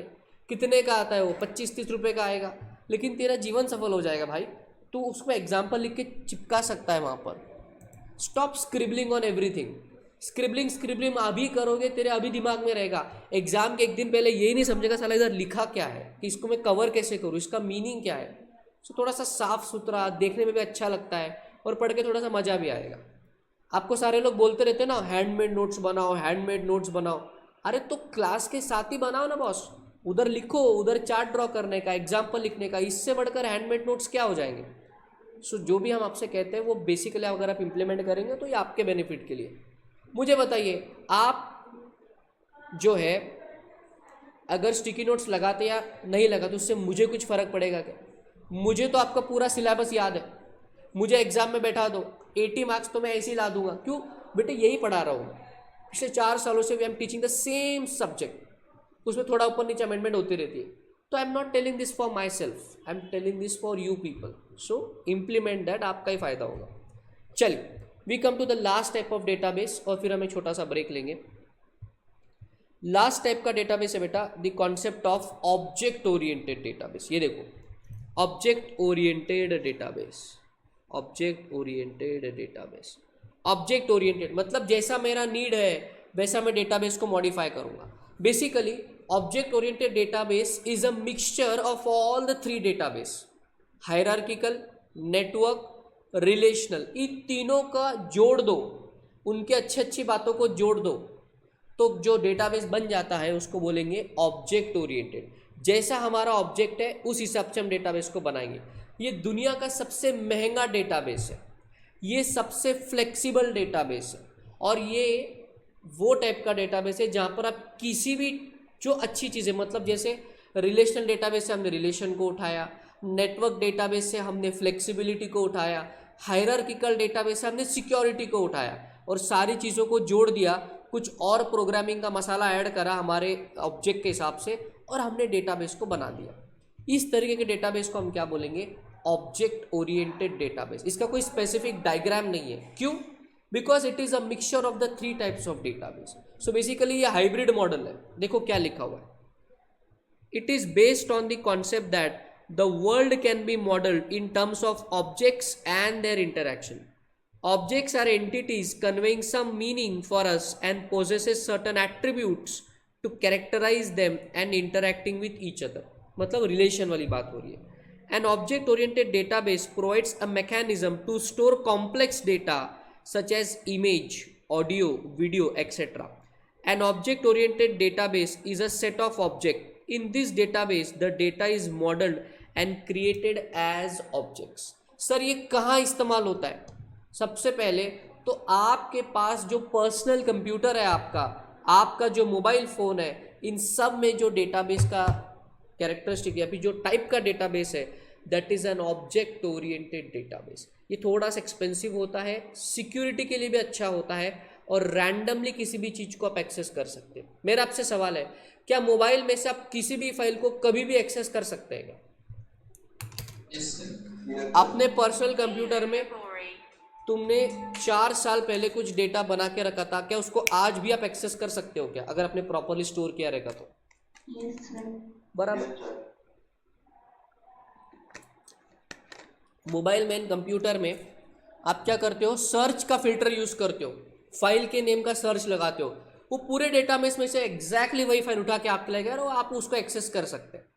सो फ्री एक्सेसिबिलिटी, सिक्योरिटी भी है लेकिन रैंडम एक्सेसिबिलिटी है। ऑब्जेक्ट के हिसाब से बना दिया। हमारा ऑब्जेक्ट क्या था? पर्सनल कंप्यूटर का ऑब्जेक्ट क्या होता है कि यूज़र का डेटा सिक्योर रहे, यूज़र कभी भी अपने डेटा को उठा के यहाँ से वहाँ फिट कर सके, तो उसका ऑब्जेक्ट है ईजी मैनेजमेंट ऑफ डेटा, तो उसके ऑब्जेक्ट के अकॉर्डिंग बना दिया उसको। Many companies also make use of object oriented database. अगर हम ICAI की बात करें, ICAI, तो ICAI का जो डेटाबेस है that is also an object oriented database. Educational institutions का होता है ऑब्जेक्ट ओरिएंटेड डेटाबेस। एंड 90%, आप ऐसा समझ लो कि 80 to 90% जो नॉर्मल जनता जो डिवाइसेस यूज़ करती है उन सभी में पाया जाता है object oriented database. It is the most popular form of database. ये थोड़ा महंगा भी होता है लेकिन इससे काम बहुत अच्छा बन जाता है फटाफट से। हमको कुछ नया करने की ज़रूरत नहीं है, ऑलरेडी हायरार्की की हमको नॉलेज है, नेटवर्क का नॉलेज है और रिलेशन का नॉलेज है। उन्हीं की सारी चीज़ें उठाकर हम जुगाड़ कर जो डेटाबेस बनाते हैं ऑब्जेक्ट के हिसाब से, हमारे एम के हिसाब से, उस पर्पस के हिसाब से, उस डेटाबेस को हम लोग क्या बोलेंगे? Object oriented database. Everybody, are you understanding this? अब एग्जाम में आने वाला MCQ का फुल फॉर्म OODBMS, OODBMS, वाह क्या नाम है, OODBMS। OO मतलब ऑब्जेक्ट ओरिएंटेड और DBS का तो हम जानते ही है, डेटाबेस मैनेजमेंट सिस्टम। तो what is the full form of OODBMS? Object oriented database management system. बच्चे को सवाल आता है ना, बच्चा सोचता है अरे यार ये OODBMS क्या है, तो पढ़ा ही नहीं, कुछ तो अलग ही पूछ लिया ICAI ने। अरे लिखा है उधर, सिंपल है, O D B M S. D B M S मतलब डेटाबेस मैनेजमेंट सिस्टम, ओ का मतलब है ऑब्जेक्ट ओरिएंटेड, सिंपल है। तो देखो लॉजिक अगर आता है ना तो आंसर आ जाता है, लेकिन तू अगर मगअप करेगा तो भैया ये दिमाग की प्रेशर कुकर नहीं है। रेंचो कहते हैं ना, दिमाग के प्रेशर कुकर नहीं, फट जाएगा। कितना याद करेगा, कितना मगिंग अप करोगे आप। सो हो सके उतनी चीज़ें लॉजिकली मेंटेन करो, और जो नहीं होती है फिर मगअप ही करना है, देयर इज अनदर कोई ऑप्शन ही नहीं अपने पास। So keep it logical, so मजा आएगा आपको पढ़ के। So basically these are the 4 types of database: hierarchical, network, relational and object oriented. So now we take a break of 5 minutes. हाँ बोलिए। हायरार्किकल और नेटवर्क का एग्जांपल दो ना। दिया तो है आपको, बोला कि डिफेंस वाले जो है, जो इंटेलिजेंस डिपार्टमेंट है, जो सीबीआई है, जिधर डेटा का टॉप सीक्रेसी बड़ा मेंटेन जरूरी है, तो ऐसे हायर अथॉरिटी के governmental department, finance ministry of India, they maintain hierarchical database, they maintain hierarchical database. लेकिन if you come to network database model, थोड़ा सा फ्लेक्सिबिलिटी हमको चाहिए, तो आधार का डेटाबेस आपको मैंने बताया, वोटिंग आईडी कार्ड का जो डेटाबेस हो वो हमने आपको बताया, क्रेडिट कार्ड, बैंक्स में जो क्रेडिट कार्ड का सिस्टम है उधर जो डेटाबेस है that is a network database. Are you understanding this? ठीक है, तो will take a break, the time is around 9, we exactly meet, 8:58 हो गया है, वी एग्जैक्टली मीट एट 9.5, 9:05 पर मिलते हैं। तब तक के लिए मजे करो, take a break.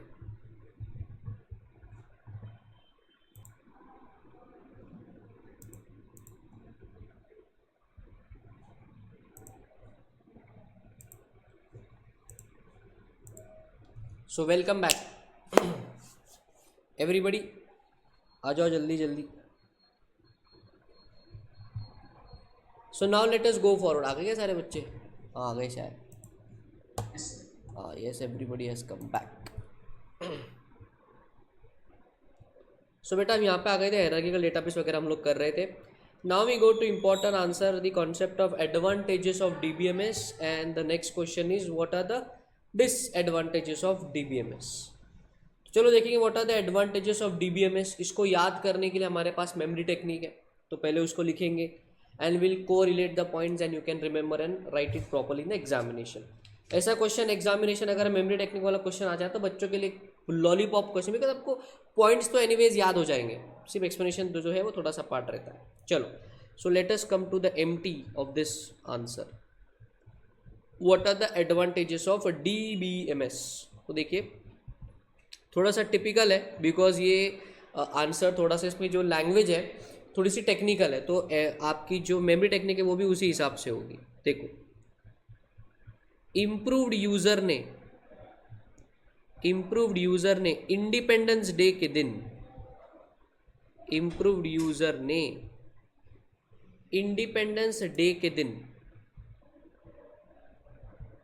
Improved user ने इंडिपेंडेंस डे के दिन इंटीग्रेट होके, ऐसे शब्द को यूज हो रहे just for the words out there, integrate होके मनु को, इंटीग्रेट होके मनु को, अरे यार ये ऐसा हो गया, बेटा, इंटीग्रेट होके मनु को फास्ट एंड कंसिस्टेंट स्नैक्स दिए,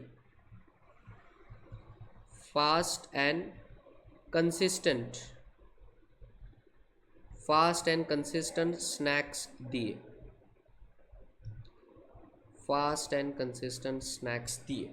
so this is the memory technique. Improved user ने इंडिपेंडेंस डे के दिन इंटीग्रेट होके मनु को फास्ट एंड कंसिस्टेंट स्नैक्स दिए। अच्छा, क्लास में कोई मनु है क्या? Is there anyone whose pet name is Manu at home, या उसको दोस्त प्यार से मनु बुलाते हैं? Is there anyone out there? नहीं है आपके क्लास में कोई? हर क्लास में कोई ना कोई मिल ही जाता है जिसका पेट नेम मनु होता है। चलो कोई बात नहीं, we come to this memory technique. First आप अंडरलाइन करेंगे the concept of improved. Improved stands for improved security. अरे इधर आ जा, ये हो गया। Improved stands for improved security. मैं सारे पॉइंट लिख लेता हूँ पहले, and then will explain one by one. Improved user underline करेंगे आप यूज़र को, user stands for user friendly. Improved user ने इंडिपेंडेंस डे के दिन, इंडिपेंडेंस कहाँ लिखेंगे, अचीविंग प्रोग्राम डेटा इंडिपेंडेंस, ये इंडिपेंडेंस है। इंडिपेंडेंस डे के दिन इंटीग्रेट होके, इंटीग्रेट का बेटा यहाँ पर मतलब है इंटीग्रिटी, इंटीग्रेट होके। Then we have the concept of Manu stands for minimising data redundancy.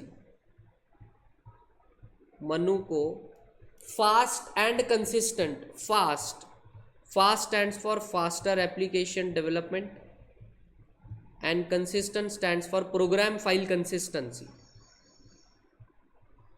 consistent, fast and consistent। snacks दिए, snack stands for permitting data sharing, ये snacks इधर है, permitting data sharing। अब कुछ बच्चे मुझे पूछते हैं सर क्या हमें मेमोरी टेक्निक याद करना ज़रूरी है क्या? नहीं, इट इज़ नॉट नेसेसरी। अगर आपको एवी पॉइंट्स अगर याद हो जाते हैं, मेमोरी शार्प है आपकी, कोई दिक्कत नहीं, आप उस तरीके से याद रखो। Memory technique is just a convenience to, आपको कि पेपर में वो याद आ जाना चाहिए। You should be able to remember the points by the convenience vehicle called as memory technique. तो ये मेमोरी टेक्निक याद ही करना चाहिए, नेसेसरी नहीं है, ये आपके कन्वीनियंस के लिए। If you want you can have it, if you don't want don't have it, that's not a problem, compulsion थोड़ी है भैया। तो देखो, इम्प्रूव्ड यूजर ने इंडिपेंडेंस डे के दिन इंटीग्रेट होके मनु को फास्ट एंड कंसिस्टेंट स्नैक्स दिए। फिर से मैं रिपीट करूंगा, इम्प्रूव्ड यूजर ने इंडिपेंडेंस डे के दिन इंटीग्रेट होके मनु को फास्ट एंड कंसिस्टेंट स्नैक्स दिए। Improve stands for improved security, user stands for user friendly, independence achieving program data independence, integrate integrity वाला पॉइंट है, Manu minimising data redundancy, faster application development, consistent program file consistency, and snacks stands for permitting data sharing. तो इतने सारे points हैं आपके इसी एक sentence में कवर हो जाते हैं। चलो, now let us understand one by one. We are on the concept of what are the advantages of DBMS. तो let us come to the very first point. अच्छा, बच्चों के मन में सवाल है, सर उधर आईसीआई का ना सीक्वेंस ऑफ आंसर अलग है और हमारे मेमोरी टेक्निक में पॉइंट अलग सीक्वेंस में आते हैं, तो क्या करना चाहिए? कोई बात नहीं, आप मेमोरी टेक्निक के हिसाब से याद रखिए, उस सीक्वेंस में भी आपने आंसर लिखा तो that is not a problem. Unless and until you try it wrong, sequence is not a problem, keep that in mind. तो चलो बात करेंगे बेटे इम्प्रूव्ड की। Improved stands for improved security, improved stands for improved security. देखो क्या लिखा हुआ है, DBMS allow multiple user to access the same data resources which could lead to risk to an enterprise if not controlled.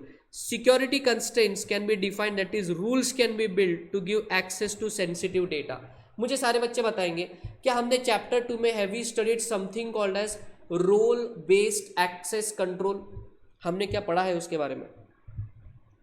Yes, sir. तो role based access control में क्या देखा था हमने? What was this RBAC? कौन बताएगा इसका क्या मीनिंग है? पलक, बेटे पलक कुछ बताना चाहते हैं आप? पलक आपसे बात कर रहा हूँ, can you say what is the concept of RBAC? Sir role के हिसाब से कंट्रोल करना, रोल के हिसाब से डेटा का एक्सेस देना। अगर आप फाइनेंस मैनेजर है तो फाइनेंस का डेटा दिखेगा, कंपनी के ओनर है तो पूरा डेटा दिखेगा, बैंक के कैशियर है तो सिर्फ कैश का डेटा दिखेगा। क्या इसी को हम आरबीएसी कहते हैं पलक? एम आई राइट? Yes sir. यस। सो आरबीएसी लगाने से हम डेटाबेस पर कंट्रोल लगा सकते हैं, बराबर। तो वही लिखा रखा है कि क्योंकि डेटाबेस पर कंट्रोल लगाया जा सकता है तो हमारी डेटा की सिक्योरिटी मेंटेन रहेगी, डेटा की सिक्योरिटी मेंटेन रहेगी। So that is the concept of user. Improved के बाद आ रहा था user. User stands for user friendly, user stands for user friendly. देखिए, database makes the data access and manipulation easier for the user. DBMS also reduce the reliance of users on computer experts to meet their data needs. मुझे बताइए, क्या data को save करना, cut copy paste करना, data को create करना, क्या इसके लिए आपको घंटों की क्लासेस लगानी पड़ी क्या कंप्यूटर की? Is it? आपको आराम से खुद ही आ गया क्या? अपने बलबूते पर खुद ही कर लिया आपने? यस। या फिर अगर आपने क्लासेस लगाई भी है तो बहुत ही मिनिमलिस्टिक लगाई थी। अभी मोबाइल का एग्जाम्पल लेते, आपने फोटो खींचा, आपको किसी के साथ शेयर करना है, क्या आप उस फोटो को जाकर मोबाइल में इमीडिएटली एक्सेस कर सकते हो क्या, या उसके लिए बहुत टाइम लगता है, क्या होता है? इमीडिएटली कर सकते हैं, because it is user friendly. User friendly का मतलब होता है ईज ऑफ यूज। तो डेटाबेस बेसिकली आपको डेटा का एक्सेस का एक यूजर फ्रेंडली एनवायरनमेंट क्रिएट करके देते हैं, ताकि आप फटाफट से डेटा को एक्सेस कर सको, टाइम पास नहीं होना चाहिए उसमें। सो that is the concept of user friendly interface, बराबर। तो इम्प्रूव्ड यूजर ने independence, independence stands for programme data independence. अब ये थोड़ा सा ना सॉफ्टवेयर डेवलपर के एंगल से दिखाता हूँ क्या है। In a DBMS data does not reside in application but database program and data are independent of each other.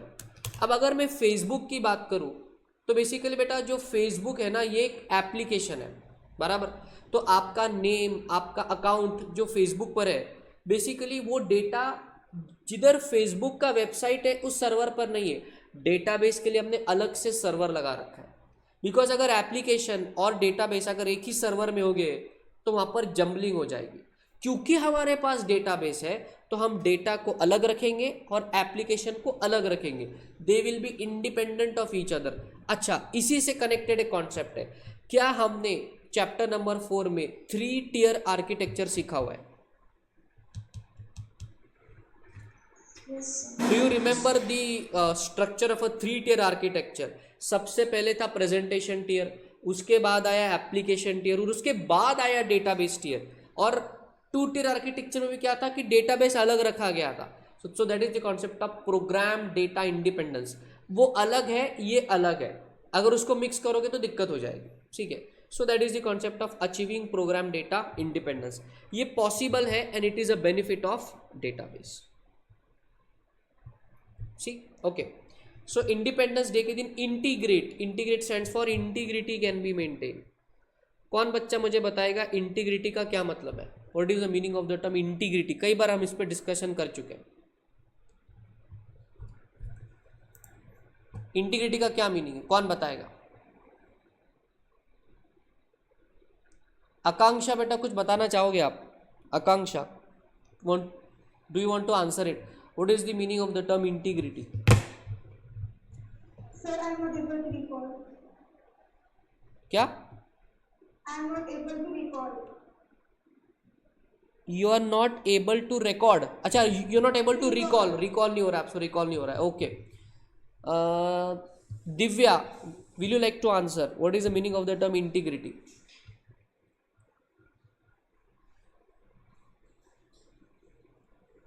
ओ ओ ओ, खुशी बेटा, खुशी से बता दो what is the meaning of the term integrity?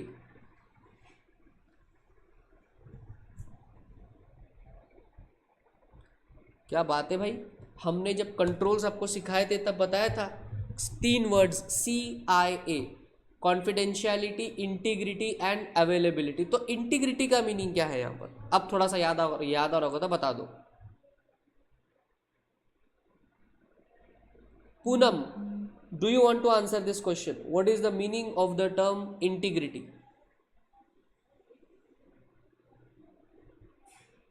Poonam को भी कुछ नहीं पता है। Nikhil, do you want to answer this question? What is the meaning of the term integrity?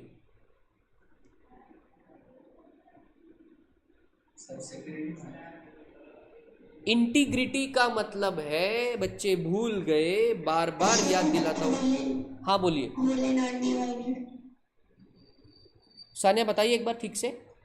Whole and undivided. Whole and undivided. बेटे इंटीग्रिटी का मतलब होता है कि डेटा का कंटेंट चेंज नहीं होना चाहिए। एक बच्चे ने कुछ मैसेज किया है, प्रणव कहता है अनडिवाइडेड, कंटेंट चेंज नहीं होना चाहिए। अंडरस्टैंड, फिर से एक बार एग्जांपल ले रहा हूँ और अब इसको याद रखना, भूलना नहीं है। This is very what we can say, ऐसा लग रहा है कि आपने पढ़ा ही नहीं है बिल्कुल। बेटा कितनी बार आपको बताया कि डेटा को हम मेंटेन करना चाहते हैं, मतलब डेटा में हमको 3 चीज़ें चाहिए, CIA, confidentiality, integrity and availability. Confidentiality का मतलब होता है कि मेरा डेटा सिक्योर रहे, वो किसी और को ना दिखाई दे, कॉन्फिडेंशियलिटी। इंटीग्रिटी का मतलब है कि डेटा का कंटेंट चेंज नहीं होना चाहिए। मतलब अगर मैंने आपको मैसेज भेजा हाय हाउ आर यू और आपको मैसेज मिलता है हाय वेयर आर यू, तो हम बोलेंगे डेटा की इंटीग्रिटी खत्म हो गई। The content has changed, the meaning has changed. तो इंटीग्रिटी मेंटेन करना मतलब डेटा का कंटेंट मेंटेन करना। जैसा डेटा ओरिजिनल था वैसा ही आज भी रहना चाहिए। अगर उसमें कोई चेंजेस कोई कर देता है, बाहर का व्यक्ति, अनऑथोराइज पर्सन, हैकर अगर डेटा में चेंजेस कर देता है, तो हम बोलेंगे डेटा की इंटीग्रिटी खत्म हो गई। तो मुझे सोच के बताना, हमें इंटीग्रिटी चाहिए कि नहीं चाहिए? चाहिए। हाँ, everybody is the concept of integrity, yes, is the concept of integrity clear अभी सबको? अगली बार जब मैं सवाल पूछूंगा तो अभी सबको याद आ जाना चाहिए कि इंटीग्रिटी का मीनिंग क्या है। सो बेसिकली डेटाबेस हमें डेटा की इंटीग्रिटी मेंटेन करने में हेल्प करता है, बराबर। जैसे इमेजिन करो, आईसीआई का एग्जांपल लेते। आईसीआई के पास सारे बच्चों का डेटाबेस है, सारे बच्चों का डेटाबेस है कि उनका WRN नंबर क्या है, या फिर अगर आप नॉर्थ साइड से हो, दिल्ली से हो, तो नॉर्थ आपका NIRC होता है, NRO नंबर, उसका NRO नंबर क्या है, वो फाउंडेशन के लेवल पर है क्या, वट एवर द केस में भी, उसका नाम, date of birth, email ID, mobile number, ये सारा डेटाबेस आईसीआई को मेंटेन करना पड़ता है। तो ये डेटाबेस हेल्प करेगा आईसीआई को कि डेटा का वो कंटेंट जैसे का वैसा रहे, to maintain as it is.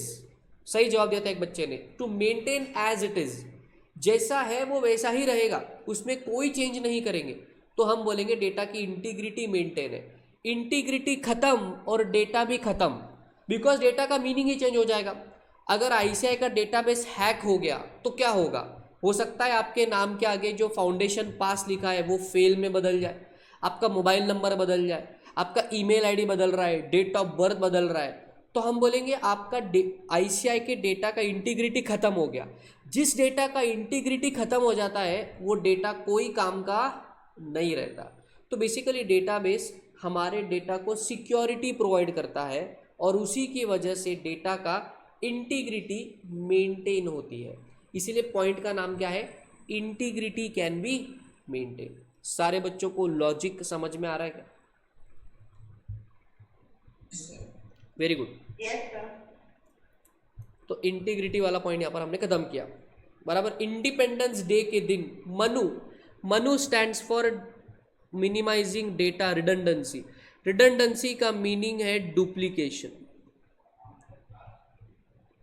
Redundancy का मीनिंग है बेटा डुप्लीकेशन। मुझे सारे बच्चे सोच के बताएंगे, हम डुप्लीकेशन चाहते हैं या नहीं चाहते? चाहते हैं कि नहीं चाहते? नहीं चाहते ना। आपने कभी आप ये ऑब्जर्व करो, जब कभी भी आप सेल्फी खींचते हो या जब कभी भी आप ऐसे किसी का फोटो खींचते हो, तो आप एक ही क्लिक करते हो या एक ही पोज के मल्टीपल फोटो क्लिक करते हो? क्या करते हो आप? एक ही क्लिक करते हैं। सच्ची एक ही क्लिक करते या 2-3 क्लिक्स करते? क्या करते? सच बताना। लड़के तो एक ही करते हैं। This is the answer that I wanted, this is the answer that I wanted कि सर लड़के तो एक ही क्लिक करते हैं। And what about girls? Girls क्या करते हैं? एक ही करते। हाँ, जो बच्चे ऐसा बोल रहे हैं ना, इनका आज फोन चेक होगा। घर पे जाकर चेक करना, तुम्हारी एक ही पोज के 3-3 फोटो होंगे, इधर से लिया, उधर से लिया, फिर ऐसा लिया। जोक्स अपार्ट, नॉर्मली क्या होता है जब आप किसी टूरिस्ट प्लेस पर जा रहे हो, इधर उधर जा रहे हो, आप एक ही पोज के 3-3 क्लिक करते हैं। जब आप किसी को बोलते हैं ना, भैया क्या आप हमारी फोटो खींच दोगे, तो जब भैया तुम्हारी फोटो खींचते हैं तो जरा देखना भैया ने एक ही पोज के 3-3 क्लिक करे होंगे। आप ऐसे खड़े रहते, फिर वही इसमें आप 3-3 पोज खींच लेते। मुझे बताइए, ये एक ही पोज के 3 फोटो खींचने से आपके कहीं मोबाइल का डेटाबेस वेस्ट तो नहीं हो रहा है? क्या आपके मोबाइल की स्टोरेज स्पेस वेस्ट हो रही है क्या? यस। तो आप मुझे बताना, हम स्टोरेज स्पेस को बचाना चाहते हैं कि वेस्ट करना चाहते हैं? बचाना चाहते हैं, बचाना चाहते हैं। तो मिनिमाइजिंग द डुप्लीकेशन, ये डेटाबेस हमको हेल्प करेगा। कई बार आपको ऐसा एरर आता है, आप सेम फाइल सेम जगह पर जब आप कॉपी करते हैं, क्या कंप्यूटर आपको एरर देता है दिस फाइल ऑलरेडी एग्जिस्ट? क्या ऐसा एरर आता है आपको? Yes sir. तो बेसिकली वो क्या है? वो डेटाबेस आपको बोल रहा है, अबे सुन, ये सेम डेटा इधर है, तेरे को रिप्लेस करने का है क्या? एक बार तू चेक कर ले, सेम डेटा है ये। तो बेसिकली डेटाबेस डुप्लीकेशन को बचाता है। That is the benefit, minimising data redundancy. Redundancy का मीनिंग है डुप्लीकेशन। तो बेटा एक ही पोस्ट के 3-3 क्लिक्स मत करो, एक ही पोस्ट का एक ही क्लिक करो, तो आपका जो मोबाइल का डेटाबेस है वो फ्री रहेगा, ठीक है। So that is that concept. Manu stands for minimising data redundancy. चलो इस आंसर को बेटा विल कंप्लीट, और क्लास अगले 5 से 10 मिनट में खत्म हो रही है। मनु तक हम आ गए थे, अब 3 ही पॉइंट बचे, fast, consistent and snacks. Fast stands for faster application development, faster application development. अब आप एक सॉफ्टवेयर इंजीनियर की तरह सोचिए, मुझे फेसबुक या इंस्टाग्राम के जैसा एक एप्लीकेशन बनाने का है, लेकिन मुझे सिर्फ एप्लीकेशन के बारे में नहीं सोचना, मुझे उस एप्लीकेशन में आने वाले डेटा के बारे में भी सोचना है।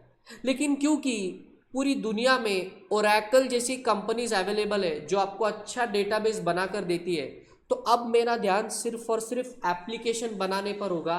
डेटाबेस मेरे डेटा को मैनेज कर लेगा, DBMS मेरे डेटा को मैनेज कर लेगा। मेरा ध्यान अब सिर्फ और सिर्फ एप्लीकेशन बनाने पर होगा। आप इसको रोटी सब्जी की तरह इमेजिन करो, रोटी भी बनानी है, सब्जी भी बनानी है, और अगर सब्जी मम्मी ने बना ली है तो आपको सिर्फ अब रोटी बनाने पर ध्यान देना है, तो रोटियां जल्दी बनेंगी। सेम एग्जाम्पल, एप्लीकेशन जल्दी बनेगा अगर डेटाबेस डेटा का ध्यान रख लेगा। सो that is that example of faster application development. देखिए थोड़ा सा रीड कर रहा हूँ आपके लिए, ध्यान देना। In case of deployment of DBMS, application development becomes fast. The data is already there in the databases. Application developer has to think only of the logic required to retrieve the data in a way a user needs. अब आपको केवल application पर ध्यान देना है, database DBMS manage करेगा, आपको उसकी चिंता करने की जरूरत नहीं है। और बेटे एक और पॉइंट बच गया, program file consistency. Program and file consistency, इसका मतलब है डेटा हर बार सेम फॉर्मेट में स्टोर होगा। मुझे बताइए, न्यू फोल्डर क्रिएट करने का प्रोसीजर आपके विंडोज में और मेरे विंडोज में सेम है क्या? विंडोज में नया फोल्डर क्रिएट करने का प्रोसीजर आपके और मेरे पीसी में सेम है क्या? Is it common for both you and me? Similarly Excel में भी जब आप टेबल वगैरह क्रिएट करते हैं तो वो सेम फॉर्मेट में क्रिएट होते हैं। हाँ, ऊपर नीचे आप अपने हिसाब से थोड़ा मॉडिफिकेशन कर सकते हो, मोटा मोटी तौर पर प्रोसेस सेम रहती है। तो that is the concept of programme file consistency. जैसे जब आपने सोशल मीडिया पर अकाउंट बनाया, इंस्टाग्राम पर डीपी अपलोड करी, आपका मोबाइल नंबर अपलोड करा, वॉट एवर द केस में भी आपने अपना बायो अपलोड करा, तो आपका हर यूज़र का जो डेटा है ना, वो एक स्टैंडर्ड फॉर्मेट में इंस्टाग्राम में स्टोर हो रहा है। उसको बोलते हैं programme file consistency. Same format में डेटा हर टाइम स्टोर होगा, तो उसमें कोई वेरिएशन नहीं आएगा। That is how it is. जब आप ICAI के लिए रजिस्ट्रेशन करते हैं, सारे बच्चों के लिए सेम प्रोसेस है या अलग अलग बच्चों के लिए अलग अलग प्रोसेस है? What is the case? Same process है। Standardization is there, standardization. ये देखिए, using a DBMS, file formats and programs are standardized. This makes the data file easier to maintain because the same rules and guidelines apply across all the types of data. बराबर? So that is how it is. अब देखते हैं, बच गया मेरे ख्याल से, snacks बच गया। स्नैक्स, ये बहुत ही सिंपल सा पॉइंट है। परमिटिंग डेटा शेयरिंग, क्या आप अपने मोबाइल से फोटोज को, वीडियोस को शेयर कर सकते हो क्या? Can you share it? हाँ, तो ये शेयर करने का ऑप्शन भी कौन दे रहा है? डेटाबेस ही दे रहा है। ईमेल पर आप जाते हैं, अटैचमेंट अपने कंप्यूटर से लगाते हैं, तो ये लगाने का जो मैकेनिज्म है कौन दे रहा है? डेटाबेस ही दे रहा है। जब डेटा को स्टोर करता है तभी तो तू उसको शेयर कर पाएगा। जो चीज़ स्टोर ही नहीं है तो उसको शेयर कर पाएगा क्या? नहीं। शेयरिंग के पहले स्टोरिंग जरूरी है। फिर से एक बार आराम से, शेयरिंग से पहले स्टोरिंग जरूरी है। किसी को शेयर करने से पहले उसको स्टोर तो करो, और स्टोर करने का आपको बेनिफिट कौन दे रहा है? डेटाबेस। मतलब इनडायरेक्ट बेनिफिट है। मतलब क्या है? इनडायरेक्ट बेनिफिट है। सो देखिए, परमिटिंग डेटा शेयरिंग। एक बार फिर से आंसर को रिपीट करूंगा, सारे पॉइंट फिर से मैं एक बार बोलूंगा। What are the benefits of database? बहुत इंपॉर्टेंट आंसर है, बहुत इंपॉर्टेंट है। कई बार एग्जामिनेशन में आ जाता है, 4 मार्क के लिए एलिजिबल है, आप इसको स्टार मार्क करेंगे। पिछले 2 अटेम्प्ट से इस पर सवाल नहीं है तो आपके अटेम्प्ट में आने की प्रोबेबिलिटी बेटा बढ़ जाती है। इम्प्रूव्ड यूजर ने इंडिपेंडेंस डे के दिन इंटीग्रेट होके मनु को फास्ट एंड कंसिस्टेंट स्नैक दिए। Improved stands for improved security, user stands for user friendly, independence program data independence, integrate integrity can be maintain, Manu duplication minimizing the data redundancy, faster application development, consistent मतलब program file consistency, snacks permitting data sharing. अब बस बेटा 2 minute का और 2 ही point का answer बचा, इतना सा पार्ट है और हम आज की क्लास एंड कर रहे हैं। What are the disadvantages of DBMS? Cost, सस्ता है क्या डेटाबेस मेंटेन करना? Answer is no. ओरेकल के जाके वेबसाइट पे चेक करना, थाउजेंड्स ऑफ डॉलर्स आपको देना पड़ेगा एक छोटा डेटाबेस रेंट पे लेने के लिए। तो सोचो बनाने में कितनी कॉस्ट आती है। तो सस्ता नहीं है भाई, महंगी चीज़ है। और ये अपने ही बात को बता रहे। अभी देखो हमने इतनी सिक्योरिटी की बात करी, ये पासवर्ड वो पासवर्ड, लेकिन क्या फिर भी आपको दुनिया में हैकिंग के किस्से सुनाई देते हैं क्या? Have you heard something called as hacking and all? मतलब इतनी सिक्योरिटी के बावजूद भी हैकिंग हो ही जाती है। व्हाट्सएप का अभी देखो, पीछे वो आर्यन खान का नारकोटिक्स का केस हुआ था, सभी बच्चों को न्यूज़ पढ़ा था क्या? सभी बच्चों ने बराबर। तो व्हाट्सएप का चैट बाहर आ गया था, आर्यन खान और एक पर्सन के बीच का व्हाट्सएप का चैट बाहर आ गया था। इसका यही मतलब है ना कि डेटाबेस की सिक्योरिटी में भी दिक्कत है। अब चाहे जितनी सिक्योरिटी लगा लो, हैकिंग वाला हैकिंग कर ही लेगा। So these are some of the disadvantages of database, that is the cost and security. तो बेटा आज का क्लास यहीं पर ख़त्म होता है, हम मिलेंगे अगले सेशन में। आज के लिए इतना ही।